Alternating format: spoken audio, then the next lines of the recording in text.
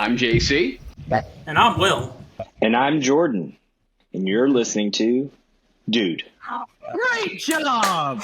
You did great, Jordan. And Jordan's our second guest. Yay! Woohoo! Second guest! Hooray! Jordan's also joining us from an iPad, so we'll see how the technology holds up, but that's all that matters. So Jordan, I guess let's take a step back. So Jordan Hill is one of our oldest and dearest friends, and part of just the horror. I don't know if this is. You could say if the two of us had a trio, Jordan would definitely be. Yes, completely agree. He's the third leg of the tripod. There's no doubt about that. But I was saying, Jordan, is I'm like, was this a good thing? Probably not. Like, in the sense of like us, like, is the world better for us have existing and meeting each other? I don't know about that. In fact, like, maybe the world's in a much better place had that not happened. Now that we're a little more separate. I don't think that's true whatsoever. I do think that when we're together, we actually, it's like our joy spreads is what I like to see it as. I mean, everybody that is with us ends up having a good time. They're always like, you boys. Oh, you boys.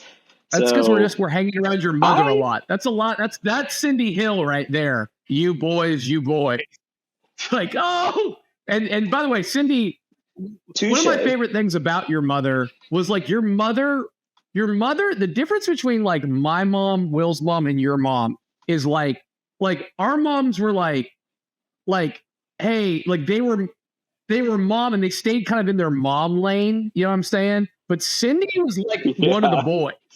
You know what I'm saying? Like she kind of just like she knew about like drama. She knew about like relationship thing. Like I remember like her taking like Will aside at one point and being like, let's talk about your relationship. Like she would like talk to Will about like his relationship challenges. There was one time your mom and I started talking about my relationships in high school, and I said something to the effect of like a teacher was scolding me about my relationship, and she goes, well, that's none of that teacher's business. And I go, thank you. I feel heard. Thank you. I appreciate this. That's Mama Hill. Yeah, she's the best. Which again, I think is credit to her. Like she was awesome. Like everyone loved Cindy. Like Cindy was like a badass. Like everyone loved her. It was almost like she would insert herself just to check on us. By all accounts, listen, here's what I like to say, and we won't get into specifics, but like what I've come to the realization of is, first of all, anything that we did in high school was so freaking tame compared to like just hearing my wife's stories. I'm like, what? You guys were doing what? And like, I think the Northeast in general, they just like let their kids, they're like, I don't know, like they're in the basement hooking up. That's what you do. Like, let them run. You know, just let them run. We figured it out. I left a bunch of condoms down there. It's fine. No, like there's just a whole different culture up here where there's like, here, let me give you an example. Something I think's insane. I think it's insane, and they might have stopped it since then. But like in the Northeast, when you graduate high school, there's something called senior week, and it's a known thing. And you rent a house. Again, as an 18-year-old, you rent a house with your friends, and it's typically like the entirety of groups of friends at a shore house, rents a house, and like, what do you think goes on at that house? Like, and I've heard stories from, Carol Ann. I've heard stories from like Carol Ann's cousin. Like it's a known thing. And I try to like explain to them like that would have like no way, shape, or form. Is there supervision? No. Is there supervision? No, but it's such a rite of passage up here. Like they don't they're like, well, we had it, or we had something like that. Like it's such a like institutionalized thing in the Northeast that like you literally have parents who like will put they'll put the deposit down the house. It's it's insane. It's insane. Like, let's just call it what it is. It's crazy because they're destroying the house. Yeah. They're doing God's knows what. But, and again, it's like that was the culture up here. And it's like where we were at, if like, you know, somebody drank one Bud Light, you know, they were going to be, suspended and kicked out of school and taken to rehab. You know, that was the difference. And we don't get the specific stuff, but it's just a very different culture. And anyway. Yeah. So going back, Jordan, so we all met in fifth grade, right? Fifth grade. Yes. Fifth grade. Because you and I came to the school at the same time. And one thing I thought might be interesting to talk about on the pod, just to get your like 2 cents, like being like, what at this point, like 20 plus years removed. So like, you come to this school, and you're from Tulsa, or born and raised, or were you born in Kansas or Iowa? You were all over the place. Yeah, born in Tulsa, moved to Kansas City, then to Iowa, then back to Tulsa. Oh, you were born in Tulsa? Yeah. But you have no ties to Tulsa outside of your parents have no ties to Tulsa, right? It's Kansas City. I don't believe so. Right? Like, yeah, mom's from Kansas City, dad's from New York. My grandmother lived here, or lived in Tulsa, but yeah, otherwise, like, I didn't know that. Yeah, we were all over the place. I think Tulsa just became I think a job opened up, and Tulsa just became the new spot because they liked it and it's cheap. But what I thought true. When you first, I think your calling card early on in school when we met you was you were a gymnast. Yeah. So can you just like what? It's what made Jordan Hill at a young age jacked. Oh yeah, like you were jacked at a very young age. Like still, and it's weird because like my body physique is still built around that. That's insane. It's crazy. Yeah. Like it blows my mind what they do to children. And that's why, like, until my daughter specifically is like, can I please do gymnastics? There's no way I'm putting her through that. It's so much work on a child, but basically, yeah, like now I still got it. Like I barely work out. So when did you start? When did you start gymnastics? I remember starting in Iowa, so I was probably like 5 or 6. Oh wow! And then when we moved to Tulsa, I must have had like some motor skill issues. I don't know. I mean, with ADHD, you know how it goes. We just run into stuff sometimes, but. So I think my parents were concerned and put me into those motor skill classes at the gym. And then I just like jumped into it. I was like, yeah, I want to do flips. Yeah, I want to swing from a bar. And then it just became. And what would that'd be like 2 hours a night? Like how long were you doing it? Like, I was just curious. Yeah. That's crazy. That was 2 hours a night. And they've got it much better now. Some of my students are gymnasts and I'm like, hey, if you need extra time with your homework, and they're like, why would I need extra time? I'm like, because you're so much time in the gym. And they're like, practice is an hour. Like, I'm good. So they've definitely changed it because I was there. I remember being there after the sun went down. It's like super dark out and coming home and just basically showering and crashing. Did you compete? Like, did you were there aspirations to becoming an Olympian? I don't know this about you. Like, were you trying to become an Olympian? So basically I had like the perfect stature for a gymnast if they could like build me into one. And so, yeah, they got me into competing. Fun fact. Hold up. Y'all are going to laugh at this. Found this the other day. He's walked away. We have no idea what he's about to show us for the audience. Here we just go. Listening. You ready? Oh my word. I don't even know why it's in the possession, but it says state champion Jordan Hill, first on vault. And I was like, what? Oh, wow. I didn't realize you were a state champion. What were your specialties? What did you do? Like, did you do the open floor with the flips or poles? Well, so when you're younger, you do everything because you don't have like they have now with the that you see like in the Olympics where they specialize in floor and vault, where those guys specialize in parallel bars and high bar, and then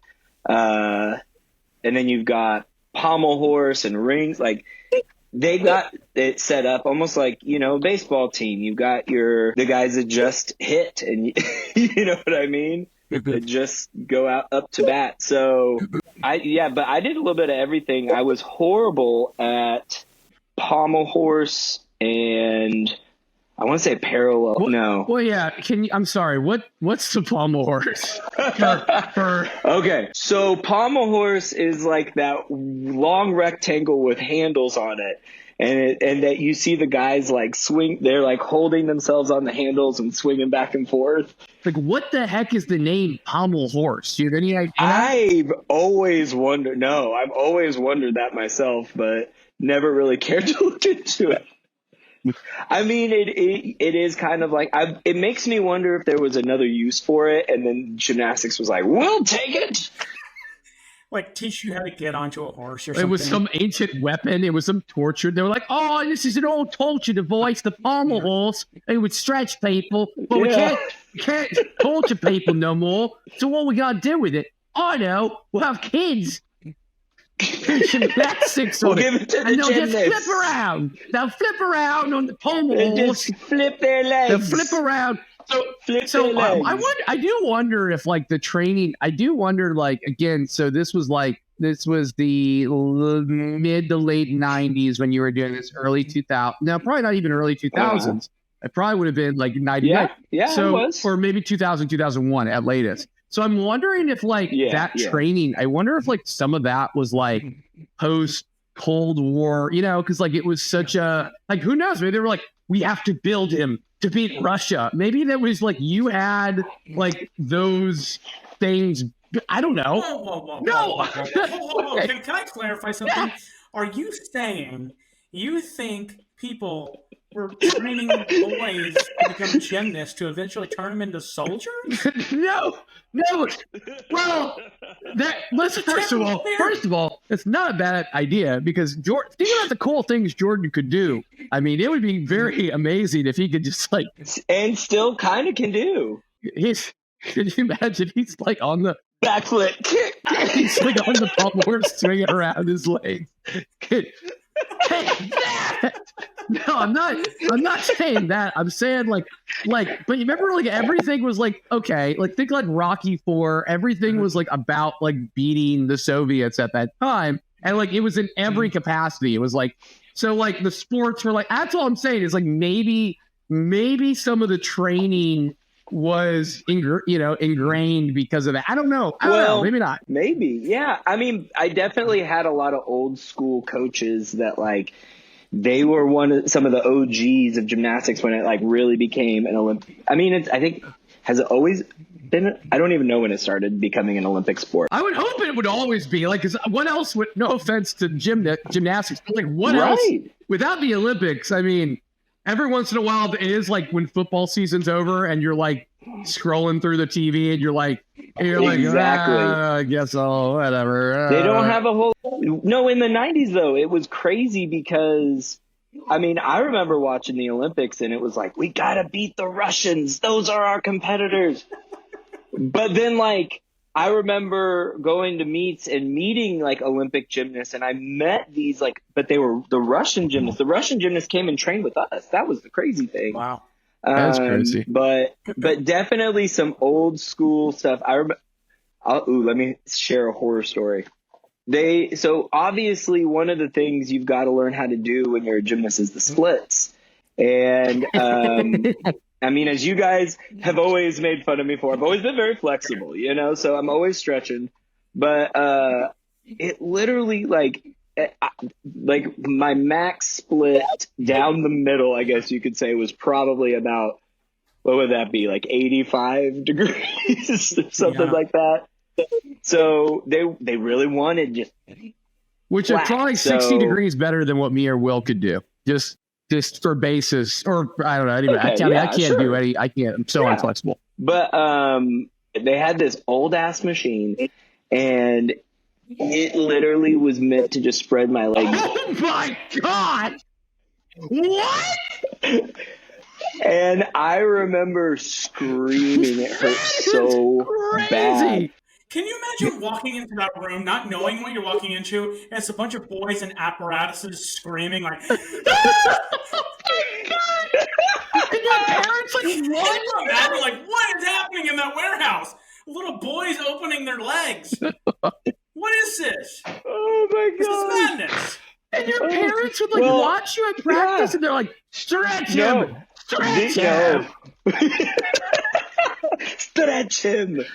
But here's the crazy thing. So like I actually, this isn't the first time I thought about this, and I've looked back and I'm like, oh, that might have been like a little trauma there when that happened. And I was thinking more about it, and it's like, they put me in this machine. I'm like screaming, and nobody's doing anything about it. Can you describe the machine? How does the machine work? Yeah. It's okay. So like you have this spot where you can sit, outs for your legs, like a contraption to hold your legs. Okay. But then they've got these pads that keep your legs from like falling inwards. And so they just have a little crank that they would and it just start opening your legs. Yeah. And then on top of it, you got this thing like right here keeping you from like falling forward. So you're like having to sit upright as they are. Like everything, like think about doing this splits, like sitting upright and what your legs would do and what your body, like you would want to fall forward, your legs would want to fall in. So they thought of everything. They just were like, no, you can't. It was awful. And they did it somewhere where the parents couldn't see. I just sent a picture. See if that picture is what you're talking about. So I'm holding it up to the screen. Does that? Yes. So this is, and that man, even though he's doing it to himself, looks miserable in that picture. So imagine doing that to like a 10-year-old. Yeah. So as you're now an adult in therapy or going through these things, you're like, I wonder where some of that trauma may come from. Yeah, that's right. The machine. Do you think, having been able to do the splits at that age, do you think you have a stronger or weaker pelvic floor? I mean, and yoga helped me realize that just all the stretches you do, like things I tend to pick up things in the hip area, like moves and positions a lot easier than other people. But I also think it really messed with, like, you know why they say kids shouldn't do like the W sit? What's the W sit? I'm sorry. You sit on your knees, but your legs are like, yeah. Okay. Where your legs literally go behind you, kind of, and like you said, yeah. Okay. So first of all, that itself is not a yoga move, but like that is something you can do in yoga. And I started doing it and started realizing like, oh, my hips are so bad. And I was wondering like all of those split trainings and everything I had to do. I don't know. Are splits good for you or bad for you?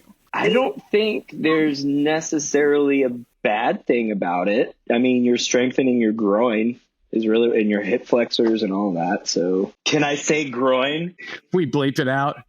We're like certain countries in the Middle East. We just like, no, bleep it. It was pretty badass because you came in again. You were this little buff boy, which is such a weird kid. Again, gymnast kids always jacked. So yeah, no, it was crazy. So you just show up and you were this boy who could do back handsprings and things. Like it was incredible, and all of us were like, like I'm like, I can't even go down the slide, you know what I mean, correctly. Like I fall out of the slide, and you're like doing all this. But yeah, no, then we all kind of ganged up and realized I think we were all a bunch of collective weirdos, and you know, we're all very different too. Like, wouldn't you say that's true? Like all three of us are very in our own little category, but we all kind of have a common thread too. Yeah, exactly. I mean, I feel like you, like for Will and I, it's like that artistic you and I are both on that wave, and then with JC, you and I have that acting and just. You guys were like really good at video games, which I felt like the outsider there. We were good at Zelda because we had the player's guide. That really was it. It was just the player's guide. Really was just the thing that defined the good versus the bad. So the last week I have spent again fun employment. Hooray! Right. So finding some obscure things to do. I have Grandma watch a couple of days.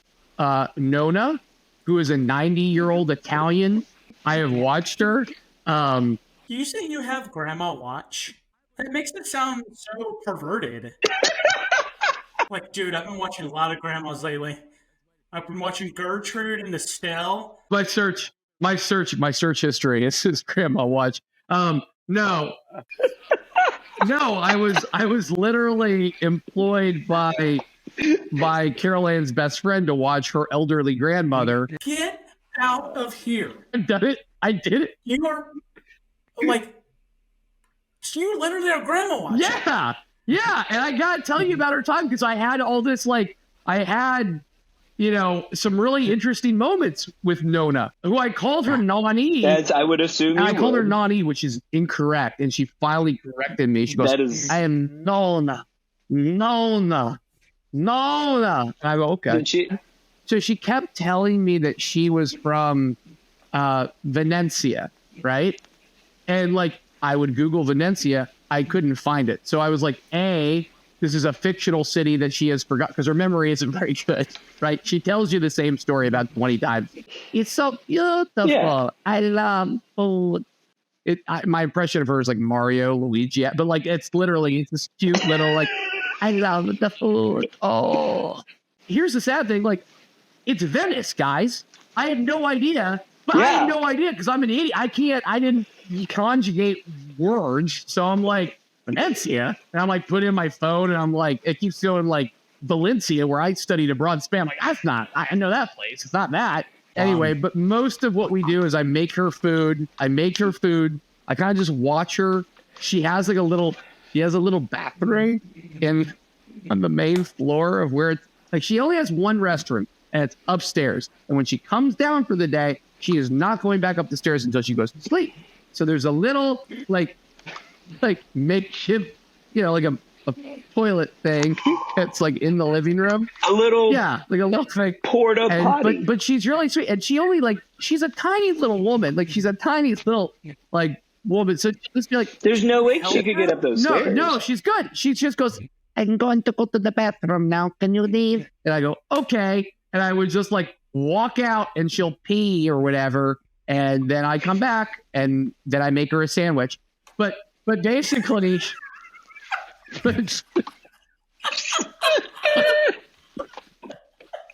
so what I realized that we watch a lot of TV, and it's funny because I don't even know if she really I don't think she knows necessarily what's going on anymore.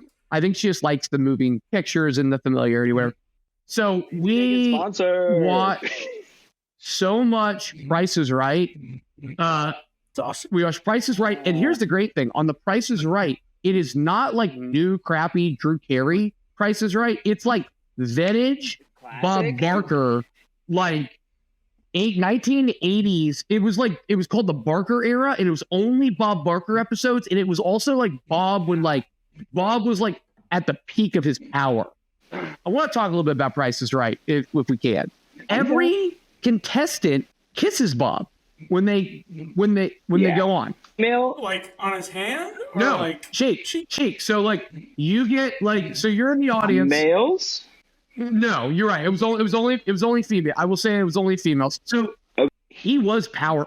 There's all these stories that have come out that he was apparently sleeping and harassing they were called Barker's Beauties. The women who showed things were literally called Barker's Beauties, and allegedly he was not very good to them. And you see it, it's so obvious when you're watching it. You're oh my gosh, this man. But I'm not gonna lie, guys, I fell under his charm. Like, I'm not like, I get it. Like Bob, like, you're like, he's funny. I want to go up there and kiss him on the cheek. Whatever he wants. I mean, I get it. Like, he is handsome. He's like right on. He's always in control. Like, always, like, even if you have like a crappy guest. Also, another thing I felt like, dude, all the guests, either everybody was really attractive in the 70s, or like they did a really, really good job, like screening the people. Like, everybody was beautiful. Like, every contestant, for the most part. Like, I mean, that would make sense that they would screen contestants. But yeah, no, I fell under his charm, and I just couldn't stop. Like, it's a great, like, I think it is the greatest game show of all time. And it's also like weird what prices like did increase and have like gone up in, like, obviously with inflation and everything, but like certain things like have not. That's the other really wild thing. Like refrigerators. Oh, really? Yeah, like appliances in general are about the same, which is crazy. I mean, he was in all honesty, it was like that 70s era perfect game host. They all were creepy. Yeah. If you go back and look at that era, you're just like, what were y'all thinking? The only thing about him that kind of weirded me out is, you know, he did that job for a long time. He did that till like his just late 70s. Oh, I think he may have been into his mid 80s. Well, as a game show host too, like you gotta like listen, you gotta look. So like, you know, they're putting on the heavy makeup. I'm sure he was tanning, like so. Like that was not kind. His teeth are immaculate. Did they have veneers back then? Oh, they did. Well, they may have not been veneers. They may have been true dentures. I mean, he may have just said, "Hey, like get rid of these bad boys. You know, give me the dentch." But yeah, dude, he anyway, so I just fell under his spell. That was something that I thought was interesting. But what I was doing, that and then I Love Lucy. We watched a lot of I Love Lucy. Best show of all, I grew up on that. Best show of all time. Low key, she's a babe. Like super babe. Like that in retrospect. She is pretty attractive, yeah. Like I was like, how did I not I didn't realize as a child, but I'm like, dude, Lucy is like one of the top 10 best moments in all of television. There's the episode where, you know, the age-old Lucy story. Her husband's in showbiz. She wants to be in showbiz. She wants to be a star. Her husband won't let her. And so she finds a way to sneak herself into a commercial. She books a commercial without her husband knowing. And the commercial is for medicine. It's called Vitamita Vegemin. And it had alcohol in it, but she didn't know it. So she kept doing take after take after take, and she gets insanely drunk. It's one of the funniest scenes I've ever seen. It really is, yeah. It still makes me Vita. Do you do that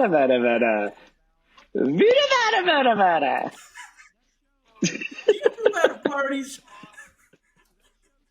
Are you unpopular? There very much was like this whole like storyline of like it becomes this funny thing where like, you know, Mertz ends up sending some flowers to Lucy, like, and meant them to be from Ricky, but like he accidentally wrote his name because he wasn't thinking, and so then like they thought he was cheating. So like there's all these like layered like things that are very dark, whether it's like cheating or like domestic spousal abuse, and like all these things that are layered within the show that I'm like, I actually don't think they could shoot these things today, yet they shot them then, yet they couldn't show a couple in bed together. It's just crazy. Well, and what I love about that whole story too is like you've got the whole concept of they didn't have their beds together. You saw them sleeping in separate beds, and then somehow a baby is there. It was kind of revolutionary at the time. Believe it or not. I believe that. Yeah, they had a smush room. Rock on, Lucy. In Jersey Shore. That's what they had. She was, yeah, I got a smush room, Ricky. Guess who the first couple in TV history to share a bed, not have separate beds? Dinosaurs. That dinosaurs show with the puppets. That'd be so weird. Like the dinosaurs, the Jim Henson puppet show. The answer is eerily close to that. In the 80s, 90s? 60s. Oh, Happy Days? No. Okay. No. Happy Days was actually 70s. You're right. It was. I think it was shot. We're actually fresh in the 80s. You'll never guess it. You'll never guess it. Is it all? No, All in the Family was 70s. Jeffersons? The Munsters. What? What? What? No. The Munsters. No. That's Yes. crazy. Anyway, those have been kind of my days hanging out with this old lady, old woman, Nona, who I love to death. By the way, I'm not like saying that disparagingly. She's amazing and she's so sweet. But like literally, it's just you. Are you allowed to talk about her, or I guess you're not in the medical profession, so Yeah, of course. Yeah. I'm not literally. I was. Hey, can you take? She's partied in Puerto Rico and was like, hey, can you watch my grandma for a couple days? And I'm like, sure. So like, it's great. Yeah. I still can't believe that. When you said you were grandma sitting, I thought, like, has our friend become a pervert? Like, Jordan and I kind of looked at each other like... Literally, I could tell you were looking at it. It was like... I was picturing, like, you sitting on a grandma or something. Like, a grandma sitting. She knows I have my thing, and I'm just like, babe, just like one more grandma, okay? It's like not weird. It's so beautiful. Oh, Venice,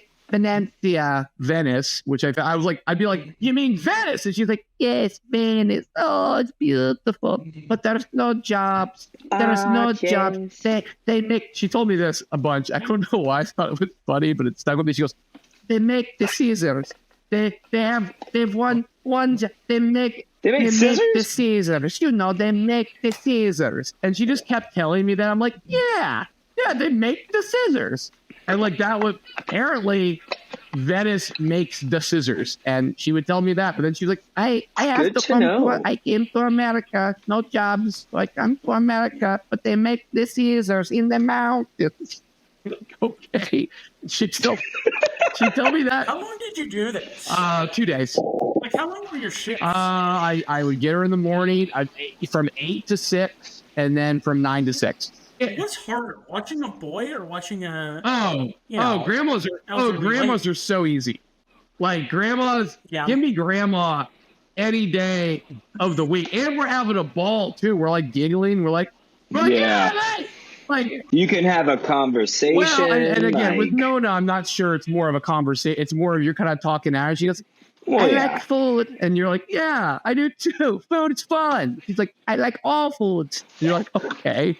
I like all foods too. Yeah. Did you have? Were you worried about helping her? No. She's got that under control. She's good.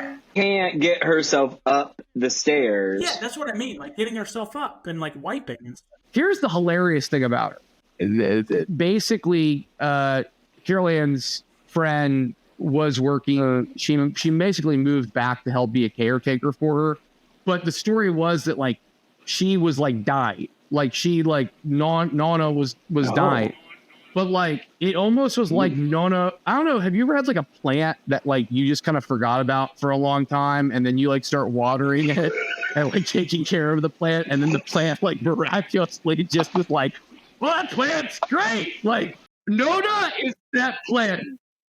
You just compared Nona to a dying plant. Okay. Dude, I think she was. And now I'm telling you, she is a thriving plant, because it's like she just thriving mama. They literally were like, okay, we're going to say goodbye. And then they just gave her a little sunlight and water and bada bing, bada boom. You just got to take care of her. You take care of her, and you got the right people taking care of her, giving her some TLC, and she's going to be around for forever. It's just so like, I hope to be like that, because she'll just be like, okay, I'm going to go to that porch. And she just like shuffles over to the porch, watches people for like 30 minutes. And then she comes back in, falls asleep watching the television show, and then gets up and like wanders, shuffles to the back, and just like looks out the back, and she says, it's so beautiful. Oh, I'm like, okay. That reminds me, JC, maybe like a year ago, my neighbor across the street, she was probably 90, 95. Oh, that's not a good way. Not a good way to start a story. We have since talked to her kids, and she apparently was a really great person. She lived a great life. One day, like I want to say this was maybe May or June. So it was a warmer month in Oklahoma. Like, I'm talking noon, like sun directly in the sky. I look out my window, and my neighbor, who, goes outside occasionally to like work on her lawn, but not that long, she's sitting in the middle of the street in her wheelchair with a towel over her head looking up and just sitting like that. And I said, Joe, I didn't call my wife, I call her Joe, and I said, Joe, should I go see if she's okay? Just not moving, sitting in the middle of the street, looking up with a towel on her head. And I'm like, this can't be good, right? I don't think that's ever good. I don't know, like, yeah, that's fine. That's just, she likes that. She's doing great. So I go over there and I didn't know how to approach this because I'm like bracing myself, like, if this is a dead person, which is fair, I'm gonna be freaked out. I kind of tap her on the shoulder and she kind of like, ah, and I'm like, oh, thank God. First hurdle is she's alive. And I said, ma'am, I just live right here. I know we've never met, but would you like me to push you back to your driveway so you're not in the middle of the street? And she goes, no, I just want some sunlight. I was like, well, if you don't mind, I'd like to put you close enough to your driveway that you're not going to get hit by a car. And she goes, okay. I'm disappointed. Do you think she was trying to end it? Oh my god. Right there? Do you think that was her, she didn't low key, she was trying to just... That's not a bad way to go. Just waiting for the car. Some kid just listening to freaking rap super loud, like texting and just no idea, just smokes her. We should not be laughing. It's not funny. It's not funny, but it's not. But what's funny is she said she was getting some sun, but she had all sleeves on and her face was covered with a towel. So I'm like, I don't think you're getting any sun. I mean, maybe she's just like, I don't want any rays, but I want the warmth. That does sound kind of nice. Yeah. Middle of the street. Yeah. Well, hold on. Here it is. So we have an email officially. All your little duties. If you have questions or want to, just contact the Dude Podcast, myself, Will, please shoot an email to dudepod1987 @gmail.com. That's dudepod, one word, 1987 @gmail.com. We'd love to get questions, answers. We actually, we got some requests. I got a request via text recently from John Mateo, who's a listener, and we will discuss those subjects probably in the later pods. So awesome. But yeah, DudePod 1987, send in your questions, requests, anything you want us to talk about, pictures, collages that you've made, all these good things. That'd be great. Don't forget, like us on social media, follow us on Spotify or Apple Podcasts, wherever you listen to your podcast. If you don't, Grandma Nana will be very upset with you. What was her name? No. Come on, put a smile on her face. Yeah, come on. I mean, the only two things that make her happy are Wheel of Fortune and you liking and subscribing to the podcast. So we also have some merch come up because you guys have been demanding it, and I'm getting sick of it, frankly. We got some merch coming up, so be looking for that. You've really been upsetting us because you've been so demanding about the merch. They're filthy messages that are being said about the merch.